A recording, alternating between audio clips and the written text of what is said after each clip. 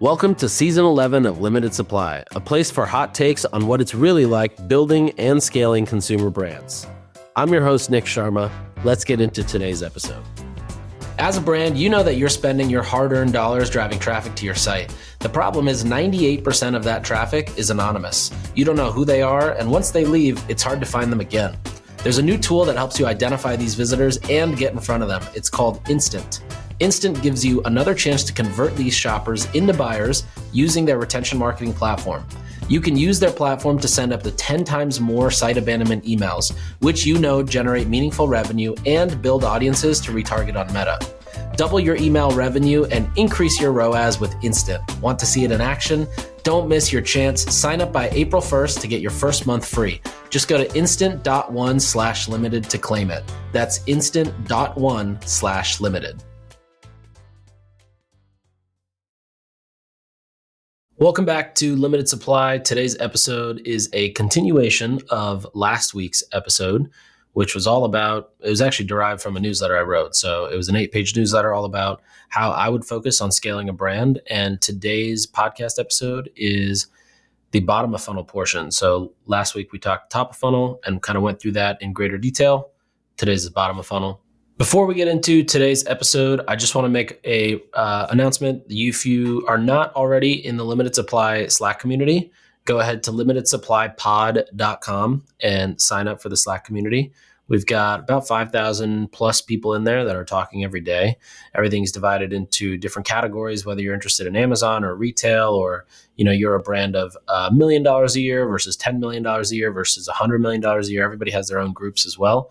So fill it out. It's super actionable.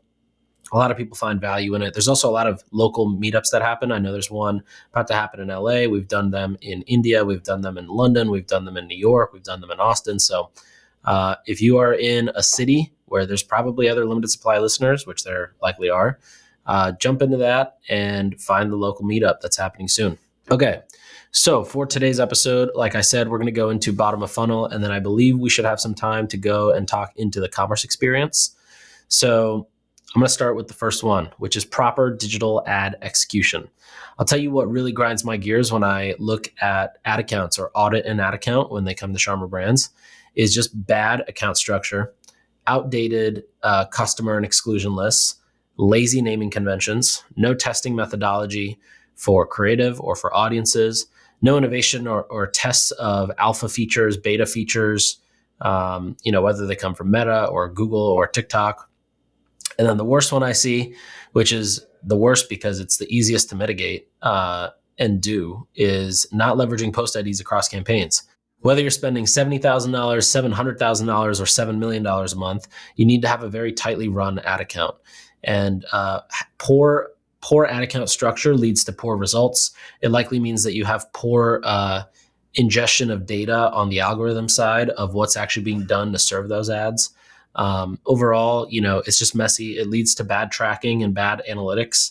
And, you just have to get the ad account structure right. That's like the hardest part, the easiest part. After that is the hard part, which is the next thing on here, which is rapid creative testing. This goes hand in hand with good media buying. If you have good media buying, you can do good creative testing. If you have bad media buying and good creative, it'll probably still work. I've seen that work, but you don't set yourself up for the best possible swing there. With rapid creative testing, usually less than 25% of any creative you'll put into the account ever sees any sort of scale. Most ad accounts that I'll open up have anywhere from 1 to 3 or 4 ads that run the majority of the spend in an ad account. And so what you really need to do is just focus on putting out more ad creative and testing what can work. It's all a numbers game in terms of figuring out which ones are going to find scale. Once you find something that works, let's say you find a static ad that works well.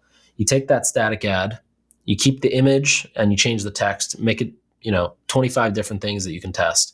Do the same thing in the reverse. Keep the text, try different imagery or different graphics or different layouts.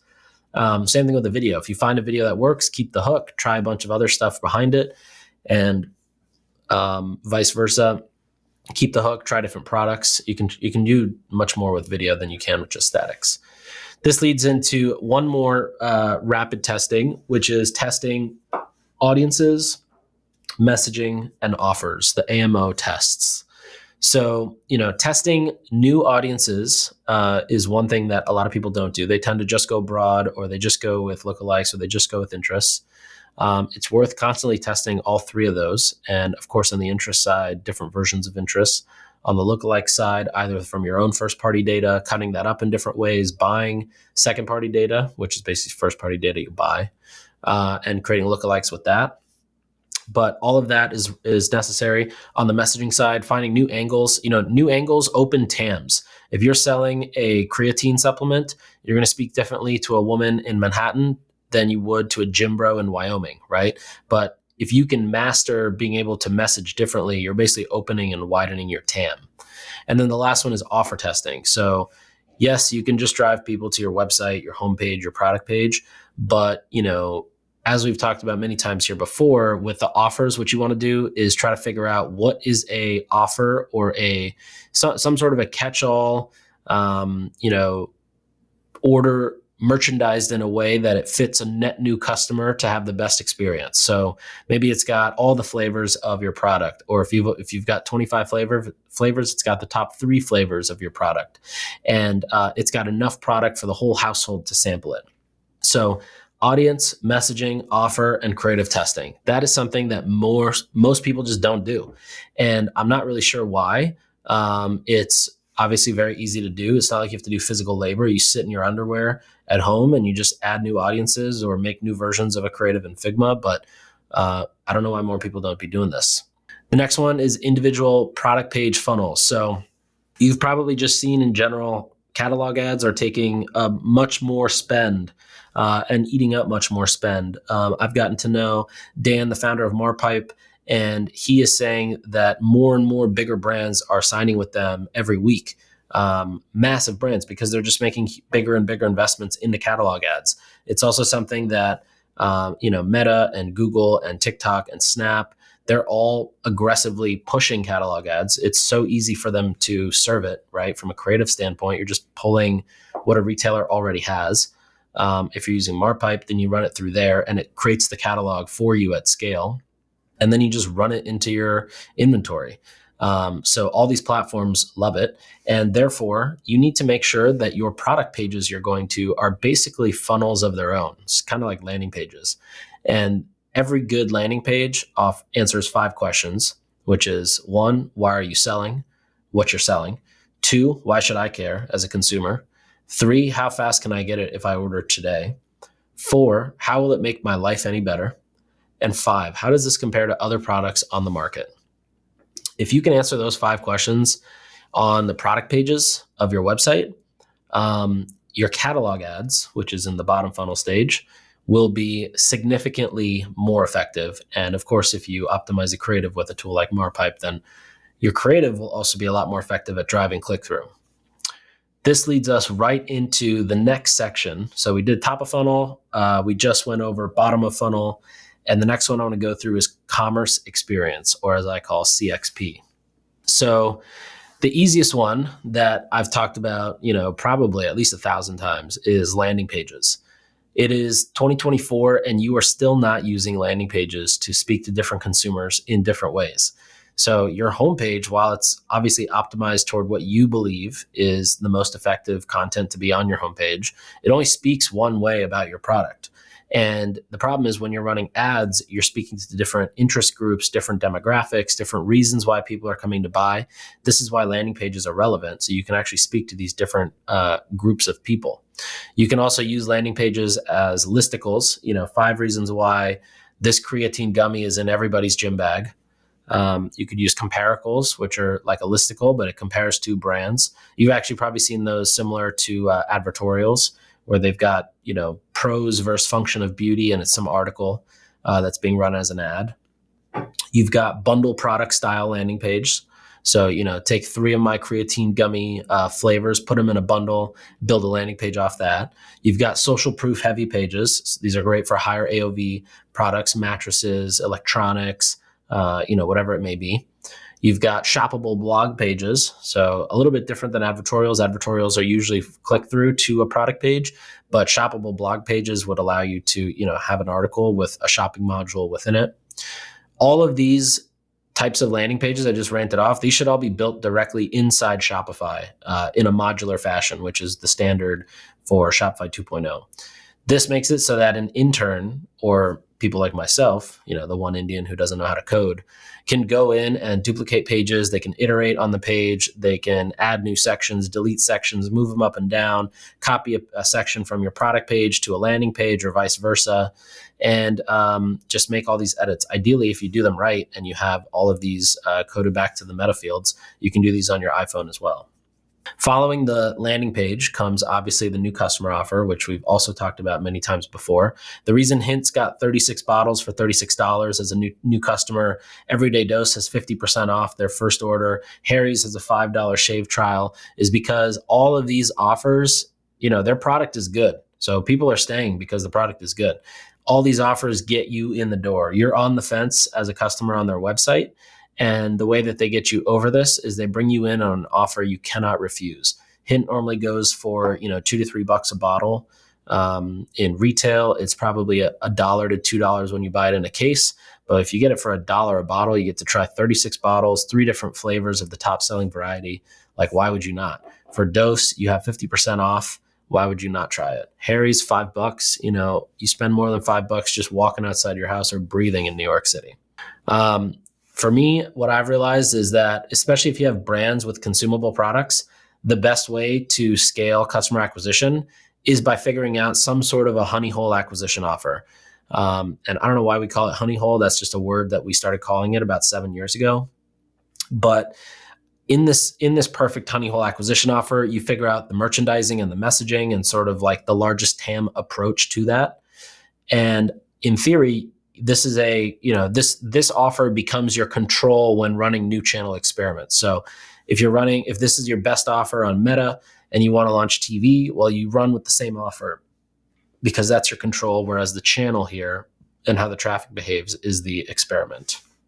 Okay. This leads us to the almost second to third to last, which is making sure your website is optimized and so is your checkout. So most brands will use some sort of a Shopify template or buy a Shopify theme. It's pretty rare for brands to use fully custom websites unless they have, unless they work with an agency like Sharma Brands, where that's what we do. But you want to try to test and iterate on everything. We use IntelliGems for a lot of our A/B testing and monitoring of results and just analysis. But everything from the homepage modules, the above the fold PDP sections, the slide out cart, the navigation, the organization of the collections page, the checkout extension, all of these things should be tested, measured, implemented permanently if they did well, and then tested again. And there are so many data points you can leverage from heat maps, from session recordings, from scroll depth maps, from your post-purchase survey, from knowing what kind of copy gets the most clicks when it comes to ads. All these data points can be incorporated into what you test on your website, and then you should run these tests and do it. Especially if you've got a lot of traffic and you sell a lot of product. One test, I remember there was a hair care brand, celebrity hair care brand we worked on. One tiny little test of a button in the cart generated an extra $50,000 in 1 week. So $200,000 a month was in incremental revenue was generated just from a tiny test that we ran there. So if you've got a lot of traffic, do these tiny tests. As you have lesser and lesser traffic, do some larger tests. Why not? You might actually be you might really be one test away from upping your conversion rate by 25, 30, 50%. Hundreds of brands like Garrett Popcorn, July Luggage, and Selfie Leslie are making 6 figures in incremental revenue through Instant's supercharged retention marketing platform. It takes 15 minutes to go live, and you see results within just days. You most likely already send site abandonment emails, but because most of the traffic on your site's anonymous, you don't get to email 98% of these visitors. Instant gives you another chance to convert these visitors into buyers and send 10 times more cart abandonment emails than you were before, helping you double your abandoned flow revenue. Want to see it in action? Don't miss your chance. Sign up by April 1st to get the first month free. Go to instant.one/limited. That is instant.one/limited to learn more. Leads us to the next thing, which is upsells and post-purchase offers. With upsells, and post-purchase offers. The goal is to use these as levers to drive higher AOV and more items in the cart. So if somebody buys toothbrush, you upsell them the toothpaste and ideally try to push them onto a subscription. If somebody buys the toothpaste, you upsell the floss. Once they check out, then with Shopify, it holds the payment token once when somebody puts their card in and checks out. And then you show a pop-up right after and you say, hey, you want to get another toothpaste for 30% off? Your take rate is probably anywhere from 25 to 30% here, 20 to 30%. And again, this is one of those things where if you've got a lot of traffic and a lot of orders going through, this is something that will, dramatically boost your gross revenue numbers and your bottom line numbers, because this is revenue you're not necessarily paying for, quote unquote, because you've already gotten the conversion or the sale. This is just cake on top. Next one is focusing on subscription optimization. So this doesn't necessarily mean to have a good subscription program, although you should have that, and we'll talk about that soon. But this actually means making sure that your website clearly demonstrates the benefits, the reasons to subscribe, why somebody should subscribe, what the offer is. And there's a very clear punchline as to, why should I even subscribe? Why should I add another recurring credit card charge on my credit card when I, as a consumer, hate subscriptions? You need to just answer that properly on your website. There's some brands that do a really good job of this. You can basically check out whatever you think are the top brands that do subscription. And sometimes it is, you don't need to overthink it. Sometimes it's just the fact that it's more convenient to get hint water shipped to your house than to go to the store and pick up 6 cases and bring them to your, into your car, and then from your car into your kitchen. So you don't have to overthink it, but try to figure out what is actually relevant to your customer and how your customer is shopping. And then for the, we got 2 more here. All right. So the next one is email and SMS opt-in. Again, this is something I've talked about a lot. I feel like a lot of these things are things I've mentioned before, but this is all coming together in one episode. For email and SMS, if you're collecting below 7% of your site traffic opting in, then you need to focus on getting more opt-ins for emails and phone numbers. You can also use the email fields to collect more data. For example, there's a facial company, kind of like Dry Bar for facials, called Heyday, and Heyday Skincare, and they have a DTC site as well. If you go to their website, you'll see that when you plug in your email, it asks you a couple of quick questions. And what that does is, I'm assuming at least, or what you can do, is then customize the welcome flow that this person now gets, both on email and SMS, to make sure that whatever content you're sending them is a lot more relevant. Obviously, this increases your open rate, your click rates, and then hopefully your placed order rates as well. Next one is review collection and syndication. Moyes used to talk about this a lot, which is, you need to focus heavily on collecting reviews. It's the best thing you can do is have reviews. There's a brand I spoke with this morning, and they were mentioning that they have a lot of dupes that rip them off, but they've got 32,000 plus reviews, positive reviews on one product alone. And I was thinking, this needs to be plastered everywhere. Sometimes the best line of copy you can use as a brand is, over X number of 5-star reviews, or over X number of happy customers, over X number of reviews. And I'll tell you, from working with brands that have a lot of reviews, this copy crushes. It's just as good as, this was sold out, now it's back in stock for a limited time, which if you haven't used, you should try it out. It also does a good job of making sure that you are collecting customer feedback and customer reviews. And lastly, the same way that you would, build a forecast and try to stick to it as it relates to sales and revenue or spend, you should actually do the same with reviews, because that will also, one, it'll just put a fire under you to get more reviews and collect them. But 2, if you're pacing below, then it also should set off another alarm for you to look into something as to what that is. The next one is review collection and syndication. So one of the best lines of copy that any brand can use is leveraging their social proof and the magnitude of that social proof. A line of copy that says over 100,000 5-star reviews, or over 600,000, bottles sold, over 700,000 pans sold. Lines like this drive very high trust because, the thing that people think once they get to a site is, am I the first person to buy this? Am I going to get scammed? How do I make sure that my credit card data is not leaked? Whatever it may be, there's always some level of skepticism, and adding social proof that shows how many units have been sold or how many satisfied customers there are gets rid of that fear that people have in their head. The other thing I would recommend is obviously you're going to try to collect as many reviews. You should set goals. How many reviews are you trying to collect per day, per week, per month, per quarter, per year? And see how that stacks up, how you're pacing, the same way that you would look at sales charts or, forecast sales and see whether you're behind or ahead, and then make, a solve for why it's behind. You should do the same thing on the review side. One, it keeps you accountable to make sure you're getting all these reviews. And two, you can also look at why maybe you're getting more reviews than normal or fewer reviews than normal. The last piece of this is just making sure that you're syndicating it everywhere you can. Some platforms allow you to syndicate to TikTok. Some allow you to syndicate to different marketplaces. Some allow you to syndicate to Target.com. As much as you can syndicate reviews and more social proof, the better it is. You can have, all of the great awareness and intent to buy and marketing, but unless your commerce experience is really set up in a way that is ready for people to come transact, and that too in a way that is easy to do and, doesn't take a lot of time to understand how to do. Again, going back to that drunk grandma test I've talked about before, or not drunk grandma, but the grandma test or the drunk guy test, or if you're crazy enough, a drunk grandma test.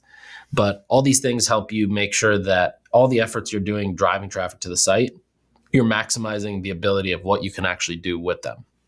Okay, the last thing is actually just measurement. And, there's 3 types of measurement that most people talk about. Or I guess 4 if you count just in-platform reporting. There's in-platform reporting, which, is based on the data that, for example, Facebook is getting back in terms of the data they're ingesting from your website, from their app, from maybe Meta Shops. And then they use that information to create a model, and that model is what you read in your Facebook's dashboard. That's not 100% accurate. That is all modeled data. You have MTA, you have MMM. MTA are the triple whales and the north beams that MMM is like prescient. And then you have incrementality. That is, Work Magic and House and Paramark and Measured. And all these companies are, necessary in their own right. They tend to fit different businesses in different ways. Measured works better for a certain type of brand than Paramark might, and vice versa. Anyways, the main thing you want to look at is just understanding how many points of sale or distribution do you have? Like, your .com, Amazon, Ulta, Target.com, Costco, Sephora, whatever it may be. How many places are you advertising? Is it just Meta and Google, or is it Meta, Google, YouTube, TikTok, Snap, Pinterest, TV, billboards, podcast, influencer, all this kind of stuff. And then decide based on that, how tight or how informative does the tracking need to be? If you have all of these channels on both sides, all the retailers and all of the advertising solutions, you probably want to run some level of MMM and incrementality. If you're just running media to your website, you probably just want to run MTA, and you could probably even leverage Facebook's internal or in-platform incrementality test. But the beauty of understanding all these different types of measurement is knowing that they all have different roles to play, and all of them should be kind of looked at as a data point. None of them is 100% accurate. Even with incrementality, which a lot of people talk about now, you're basically needing to continuously run tests and see how the market is adapting.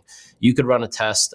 We ran a test recently for a brand where we measured the impact of add to cart campaigns on Amazon and .com. We saw that on .com it didn't do that great, but on Amazon it did well.